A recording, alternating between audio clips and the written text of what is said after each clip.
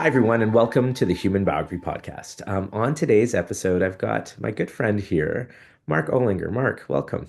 Thanks for having me. Yeah, and tell me, Mark, where are you sitting today? Whereabouts are you? So I'm based on Vancouver Island in a little town called Chemainus. Okay, wow, beautiful. And how's life for you there? It's great, man. I was a little skeptical about what it would be like leaving the city. Yeah. I lived in Vancouver for it must have been almost 13 years, something like that. So it was a bit of a shock when I first got out here, but Oh, I don't yeah. go back, I don't think now at this point. Well, I think the biggest thing is we are always looking for a location and a place that inspires us, right? And I Mhm. think that sometimes that place is a space within our homes. Sometimes that place is a different city, a different country, sunshine, rain, mountains, whatever it is. And so I wanted to talk about your work and what inspires you. Now, everyone, I remember first meeting Mark many years ago, and I got to go to your studio. I was with my son, and he was quite young back then. And I remember walking around their space and to see such original artwork, your mastery.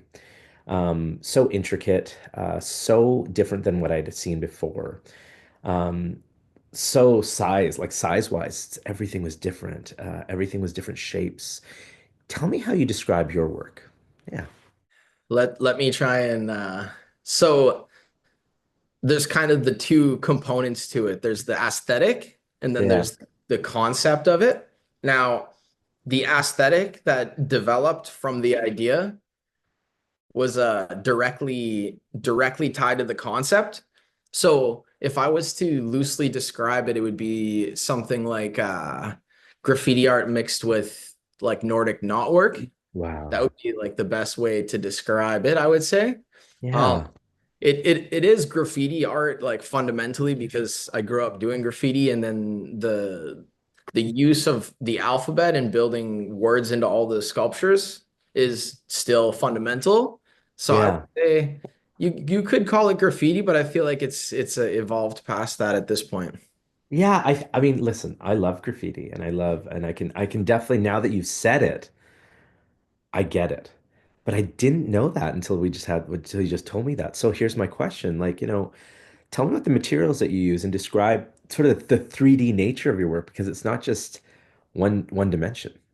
Yeah, so I started like drawing in sketchbooks way back in high school, the same idea, exact same aesthetic. And then from there, I got into painting walls with spray paint. Then behind me, this was the last acrylic on canvas that I ever painted before I got into the sculpture. Yeah. But what you're talking about is when I figured out how to start making sculptures. And so it originated by doing like low relief on panel. So it would be like a quarter inch or a half inch depth extruded off the panel. And then from there, that turned into me building full freestanding pieces and it kind Wow. of started just taking off from there.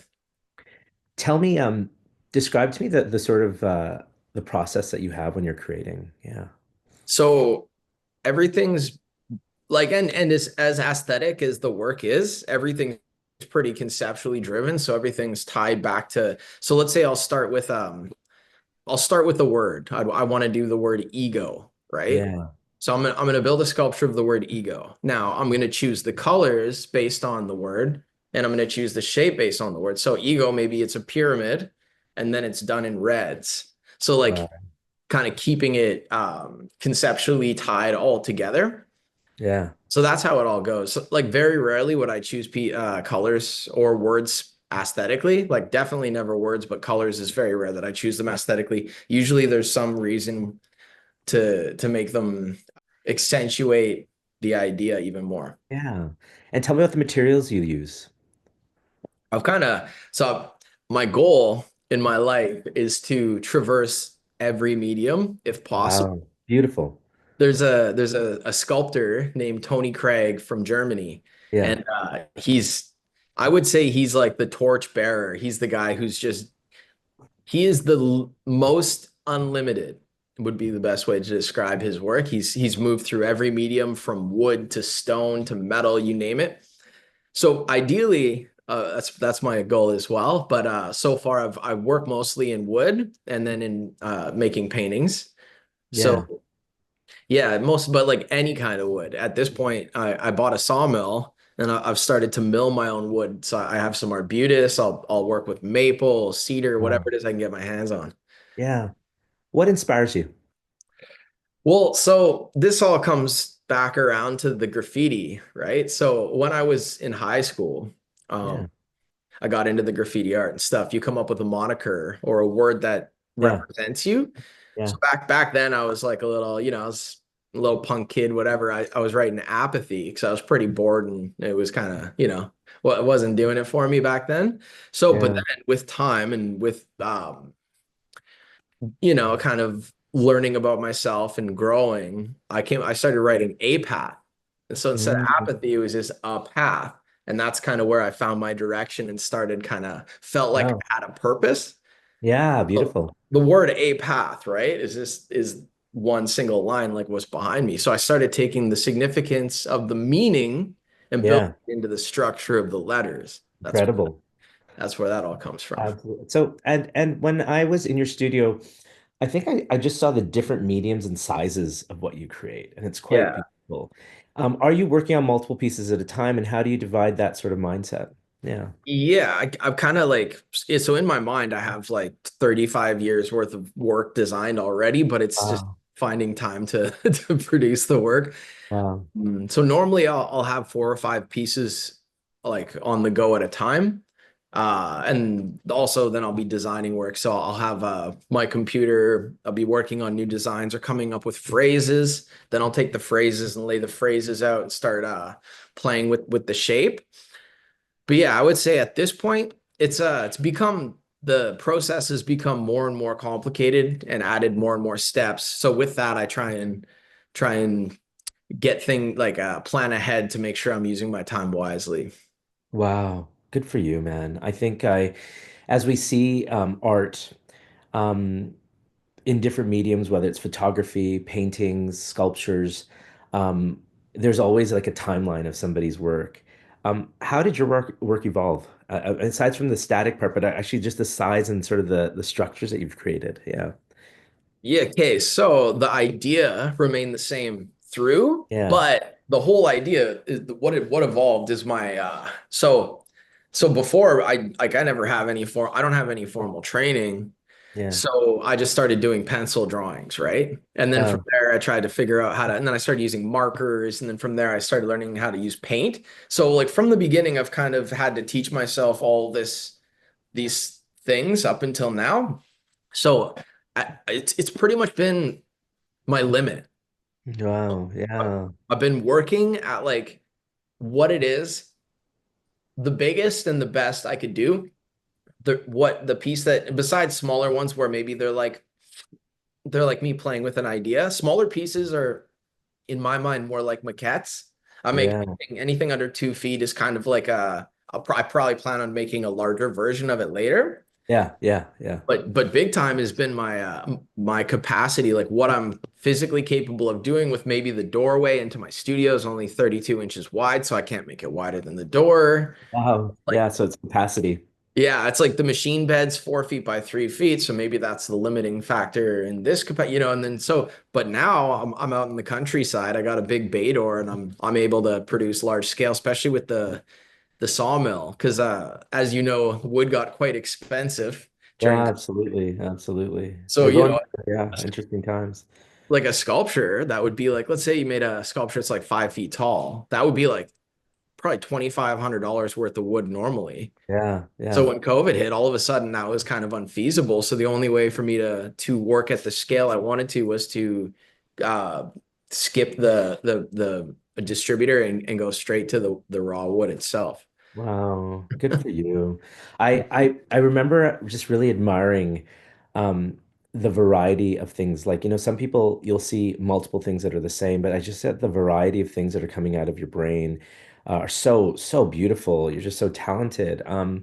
What is it? What is like, what are you currently working on? What do you want people to know about your work? Yeah. So it's been a crazy year pretty Yeah. much. So I opened a studio. I have a small space in New York now, down in Brooklyn. Amazing. Wow. So I've been doing that. I just got a bunch of logs from a developer out here. There was all these trees pushed over on this hill. So Yeah. I went through the motions and got in contact with the landowner through the municipality, and he ended up giving me some wood for a really good price. So Yeah. I got all this wood and it's sat for a year now, so I'm able to mill it all. Yeah. Beautiful. So yeah, I've been planning some things, some larger scale pieces. I have, yeah, mostly just like 6 feet and up. I have like three or four ideas that I've been waiting to start that I've been getting pretty excited about. I think three of them, well, two of them are already fully designed, and one of them's kind of, I'd say like 90% there. Wow. So those are the things I plan on working on right off the bat. Who do you like working with? Like, as far as clients and customers? Yeah. So I do a lot of, I've gotten, well, with getting a bigger and better studio, you have the bills of a bigger and better studio, right? So Absolutely. Yeah. I ended up start doing some fab stuff for other artists. And Yeah. that turned into me doing some fab stuff for like events as well. So I do a lot of work with like commercial work, which is nothing to do with the art, but it's like my little, when the job comes up, if it makes sense and it's a good fit, maybe I'll do that for them kind of thing. I think, I want to add to that piece right there. When people say, this is not part of my artwork, but this is what I also do, is that your art brought you to that opportunity. Your Hmm. activity and your talent brought you to that opportunity, and everything that you are creating has been formed from your art. And so I want to, I 100%. want to let everyone know that because when people tell, like, it's interesting because I'm an artist, sort of like through my interviews and the work that I do through content, we're always experimenting. We don't know what will actually happen in the end or how people will react. But what we do know is that there's examples of people that look at us and they're like, oh, maybe we could ask them if they could do this for us. And then in your mind, you're like, oh, that's outside of the realm of what my art is specifically or Hmm. conceptually. Yes, I can do that. But Yeah, the only reason that you were able to do that is because of the artistry that you have, that you've mastered. And I want to let 100%. everyone know that and understand that artists are constantly creating art because it's tangible in the real world for somebody who is not creative, like an event or whatever. It is still commercialized, and it can remain art. That's what I want people to know about you. Well, it's like a fountain, right? It just keeps coming out and keeps coming Yeah, out. I yeah, need to it's like I always wanted to make a comic of yeah. like my head being at the top of a waterfall and a waterfall coming out of my head. And it's just Wow. things that I've built and I'm just Sure. from one to the other one trying to And that's the flow of life, that flow of water that you're talking about. That's the flow of life. Who are your influences? so it's changed over the years. I mean, so my influences when I was younger starting out versus my influences now are Sure, very yeah. different. There's some guys in regarding graffiti in Canada. Yeah. I guess like one or two of them would be considered international, but there's some pretty talented graffiti writers up in Canada that I don't think really got the credit or got the, have been given their due. There's like some writers, like a guy from Calgary wrote Noam. There's a guy who wrote Aphex, Crumbs, Berserker, Physic, Water. All these, if you look those guys Oh, up, cool. they're Yeah. like good. Like, and Yeah. it's interesting too, because this was back in like 90s, 2000s. So they have their own style. It's Yeah. the thing with graffiti now is it's become an aesthetic in itself. So like most graffiti looks almost the same at this point, but these were the guys who were developing the styles at the beginning. So they're the ones who have very unique takes on what graffiti is. Oh, it's yeah. And today, who's your influence? Oh, well, today I look at that. So, I have pretty big and lofty goals with Great. what I want to accomplish by the end Dream, of dream my life. big. Yeah. And to be fair, the one that stands out, there's Anthony Gormley, there's Tony Craig. There's this group from London called Troika. There's some pretty significant sculptors that I've kind of gravitated towards sculpture more than painting, but I'm kind of getting back into painting, so we'll see where that goes with influences down the line. Avery Singer, she's for painting, she's incredible. So, but yeah, I would say like right now, the people who influence me the most are the ones who are unlimited, the one who can Wow. make anything in any medium, the most impressive, you know? And my fiance inspires me as well. Beautiful. Yeah. I think, we all need love in our life, We all need Yeah. inspiration that way. And I'm happy that you're that space as well. When I think about you know, throughout the years just looking at your work, what part of you are you putting into your work? Like tell me about your mindset when you're actually working. Yeah. So this is the thing, okay? This is where I draw a line, and this Yeah. is where I think it's important, okay? Because Ah, great. there's is you know how they used to say the arts and sciences, Mm. and it was in the same sentence, arts and sciences, right? So Yeah. art, fundamentally, art is observational, just like science is, Yeah. right? Like you're not necessarily expressing something so much as you're discovering something, Yeah. Beautiful. if that makes sense. I don't look at art in regards as an expression so much as a because like the everything exists and everything's mathematics according in my mind. Yeah. So, Great. like you're not able to create new mathematics. You're just discovering something that already exists, right? Yeah. Just like finding the atom or gravity, whatever it is. It's like so for me, I'm not like an expressionist, like abstract expressionist, right? For me, that just sounds like what what are you doing? Right? Like abstract art is a process based Mm. process. So Yeah. in order to create a piece of abstract art that looks that, like a cohesive body, let's say, of 10 Yeah. paintings, Sure. you need to have a similar process to have something that comes out at the end look similar. Mm. Do you know what I'm saying? You can't Sure. do an abstract body of work and do completely different things because it won't be cohesive. Like a series. Exactly. So Oh. so But there, abstract. yeah, I get it. And so for me, that's kind of like for me, I try my best, and obviously nobody's perfect and can't do it exactly the way, but like I try to be an observationist and I try to be objective. Yeah. So, because in my mind too, the things that we all relate to, from you, me, anybody on the planet, kids to adults, the only things we have in common are the fundamentals of the human experience. Everything else is based on observation, is based on subjectivity. But like Yeah. gravity exists for me and you, you Mhm. know, the density of a rock exists for me and you. So these are the things we actually universally can to relate to each other with. So these Absolutely. are the things I try and And then focus. you experiment with them. Yeah, Yeah. yeah, and just try What and science does as well. Yeah. yeah. Interesting. And I think we've gotten to a really crazy place when it comes to the arts, Yeah. where it's become very political. And like in my mind, the moment art has a political message, it removes itself from the art category and puts itself into the propaganda category. Interesting.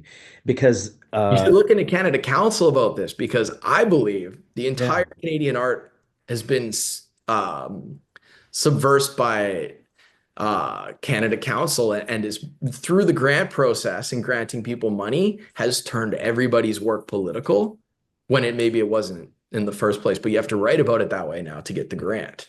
Oh, so it's like what is this represent or what does this mean or that when they're acting. Oh, that's interesting. I didn't Like know that. let's say I make sculptures about the seismic waves of the tectonic shifting plates. Sure. Now, if I tie that into climate change, I get $30,000 grant when Wow. maybe it never had anything to do with climate change in the first place, right? Like, it's funny when you look at big systems of expression, like, whether it is a conference and then they want that beautiful piece to represent the conference. Hmm. The artist might make pieces that look and feel like that topic, but Hmm. have that original intention. Well, so that's the thing is artwork, if you're a fine artist or like it fundamentally, it's a selfish act. It's the Wow. only selfish act that exists in the world where it's Wow. you're only making it for your like when I make a piece, I make it so I can sit and look at it. And then the world gets to see it after I'm done looking at it. But like and that's the thing with art. Anything else that has a use is no longer a piece of art. It's design, right? Because you're designing for a function. Do So art's the you only like designing then? well, I like math. So Oh, interesting. Yeah. I do a I could tell by the structures that you've created. There is some type of finite pieces to that that resemble numbers, like, sequences and stuff like that. So that's oh interesting. yeah. And like simple formal systems, geometry, stuff like Yeah. Oh, yeah. It's very geometric. yeah. Very, very geometric. Um, Tell me about New York. Tell me about your time in New York and what's going on there. Yeah. Oh my God. Well, there's a crazy story. I don't know if you want me to. It's been like a roller coaster. We can edit some pieces out, but just give me the Cole's notes of what, like the work that's going on there. Okay, so the work or the story, because the timeline in the story is pretty wild. I'm not gonna lie, it was a Let's freaking go for it. Let's go for time. it. So there was a fellow artist I knew down there who was subletting her studio for 3.5 months, Yeah. right? And this was in December. I That's found good. That's cool. That's what's cool. that? That's a Yeah. cool timing too. Yeah. Three So months. this is Non-committed, but committed a little bit, right? Yeah. yeah. So it all began that way. Now we're in a whole nother place, but Okay. Okay. Okay. so I took the space over. So this all happened in November. This was last year. Or whatever it is, 13 months ago, 14 months Sure. ago now. Yeah. So it began January 15th. So I finished all of my favorite work that I wanted to bring. I crated it all up. I put it on these two pallets. They were like 1,200 pounds each. Shipped them to New York. It was supposed to be like $3,700. Ended up being like $6,200 because of the freaking. Anyways, so then there was All right. It's getting tasty. Yeah. right. Isn't that crazy for pallets? And then there was a snowstorm, so the work was delayed 2 weeks in arrival, and I was only supposed to be there for 2 weeks to receive it. I was going to come back to a job and go back out there. So I wake up and I'm at the hotel I'm staying at, and I go to pay for another night at the hotel, and my card comes back declined. I'm like, what is going on? I look at my bank account, and the CRA taken all my money out of my bank. I was like, Oh, but it was a mistake. That's wow. like it was kind of crazy because it's something to do with my GST, which is like, should never be that much money. But like, anyways, long story short, I had to go back and prove this. But I end up in New York and I'm there for 9 days, and now I got $0 in my business account. Wow. Oh man, it was so crazy. And then so that all happened. I went and dealt with the CRA, did all my, whatever they needed for me regarding, Sure. documents. I got what they needed. So I came back and I ended up getting spooked because I was like, oh my God, I lost all my money. I was thinking maybe I'll stay in New York and never come home again. Yeah. So I ended up staying for 6 weeks. I was only supposed to stay for two. When I came back 6 weeks later, I had a contract for a commercial job Yeah. with the Vancouver Club for an event there. And I was asked to bring 5 sculptures. So I brought 5 sculptures. I ended up selling all 5 sculptures. Oh, blessings. Congratulations. I lost all my money. And then I came back and I made all this money back. And it was like, so the That's a year, circle of life, right? oh Yeah. my Lord. Yeah. The year has been like my entire year has been like this wild roller coaster or something out of a movie. But I it's, think we're working out. It's all good though, I think if we put faith in ourselves and our abilities, that as artists, as creative people, that there is an audience, a proven audience for what can be, is that we keep creating. Like these podcasts, for instance. This is not something I'm monetizing or anything. These are basis on my conversations with people that I want to just have interesting people that I admire, I like, that happen to have great stories. And so, tell me about the greatest lessons you've learned in your life. Oh man. Learned everything the hard way. So I've got so It's many of been those. a hard path. Life is not easy. Life is not. Oh man. I learned some real big ones when I was younger, like when I Sure. was 17 years old. I was into a bit of a trouble in high school, you were kind of like Sure. smoking a lot of weed and things of that nature.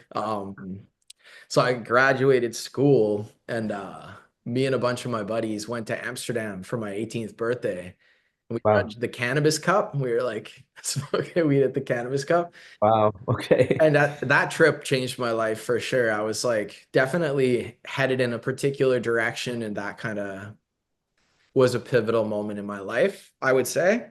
It Yeah, yeah, it was like it was it was like the fundamentally everything's like based on like the golden rule, do sure. unto others as you'd have them do unto you. I feel like Absolutely. the more you dissect that and the more you look at that in the highest detail, I feel like that's the meaning of life. Oh, I appreciate that. I think we're all kind of searching for the meaning. I've recently learned that, um, we're all kind of here to learn how to take care of ourselves in the end, Hmm. to heal ourselves. And that healing is important because, in turn, our work or our art or creativity then helps heal others, whatever that is. And Hmm. there's a comfort and safety when we see something beautiful like your art, right? And I always think that, when I admire art so much. Like, I see it and I'm just like, wow. I come from, my grandmother was a painter and she made dolls and she made sculptures and stuff like that. And I think as part of my creativity definitely comes from her. But I also realize that I have my own creativity. I have my own ideas based on my environment, my structure, the people I talk to, and that there's something important about building lessons from that and something tangible. But it becomes a safety for ourselves to be like, oh, when I get home today or when I walk into that studio, I know what I have to do. I have to create. Hmm. I have to create. It is a nice, you get into like flow state, the Yeah. zone, you kind of let everything go and you focus on the moment. It's wonderful. I feel like music's probably the best for this, but we Yeah, we find it in our own ways through all of our whatever our little skill set. absolutely. What are you listening to? What type of music are you listening to? Oh man, I'm a funny guy. I listen to like Okay. strictly gangster rap and just Oh, make that's interesting. Wow. Okay. like Okay. gangster rap, just like the Gives yeah, you, okay. yeah, it gives you different type of energy. Hey. Yeah, I mean, yeah, that's the thing. And to be honest, I feel like we used to have like rock and roll, right?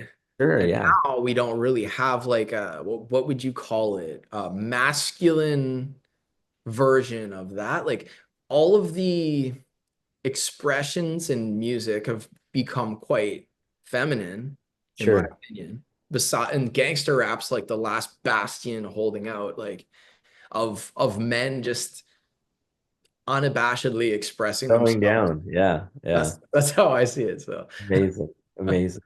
mhm. Where can people find your work? So it's I've been it's well, I have a website. It's just markollinger.com. Great. I don't put a lot of new work up there. I don't think I've added work onto the website for a few years at this point. Um, Yeah. there's a gallery called GCS Agency in San Francisco. I just started Beautiful. working with. Yeah. Um, I'll, Besides I'll, that, I'm just, I've been so with COVID, I kind yeah. of pulled back from the commercial side of things. I was showing with a couple galleries in Canada. Um, Yeah. I felt like it was time to kind of like recalibrate the trajectory. And that Sure. Great. also that also had to do with scaling up and making larger work. Yeah. So right now I got the studio in New York. I have had a bunch of studio visits. I haven't really had too much time to spend down there yet. Sure. I'm hoping this year we can spend some more time down there. Yeah. Great. But yeah, that's my plan is to focus on the New York Beautiful. Well, marketplace. we're going to share your work, Mark. Always super wonderful communicating and talking to you. I'm proud of you. I want to Thank tell you, brother to brother, just keep creating. And it's so nice to see your evolution. I remember when we first talked, there was a lot of stress, and I think as an artist, we do have a lot of stress in our life, Well, but we also met right in COVID, where we it was, did. We met right in oh COVID. my God. Literally, I remember. I remember. It was a Oh, crazy time in your studio in Vancouver here, right? yeah, you came and visited so I had a studio down on Marine Drive. And Right. then first summer of COVID, I got illegally evicted during the provincial eviction ban. Wow. Then I moved to this space, and then that one lasted 12 months, and the holdings company purchased the That's building. right. You had to So move. then that became so you met me at probably like one of the most stressful moments of my entire life. I love to see where you've landed, man. It's wonderful. I'm going to share your work. I want people to get in touch with you, so I'm going to have your contact info there. And Awesome. ladies and gentlemen, I want to just give Mark so much love, Mark Ollinger, on the Human Biography Podcast. Thanks, everyone. Thanks for having me.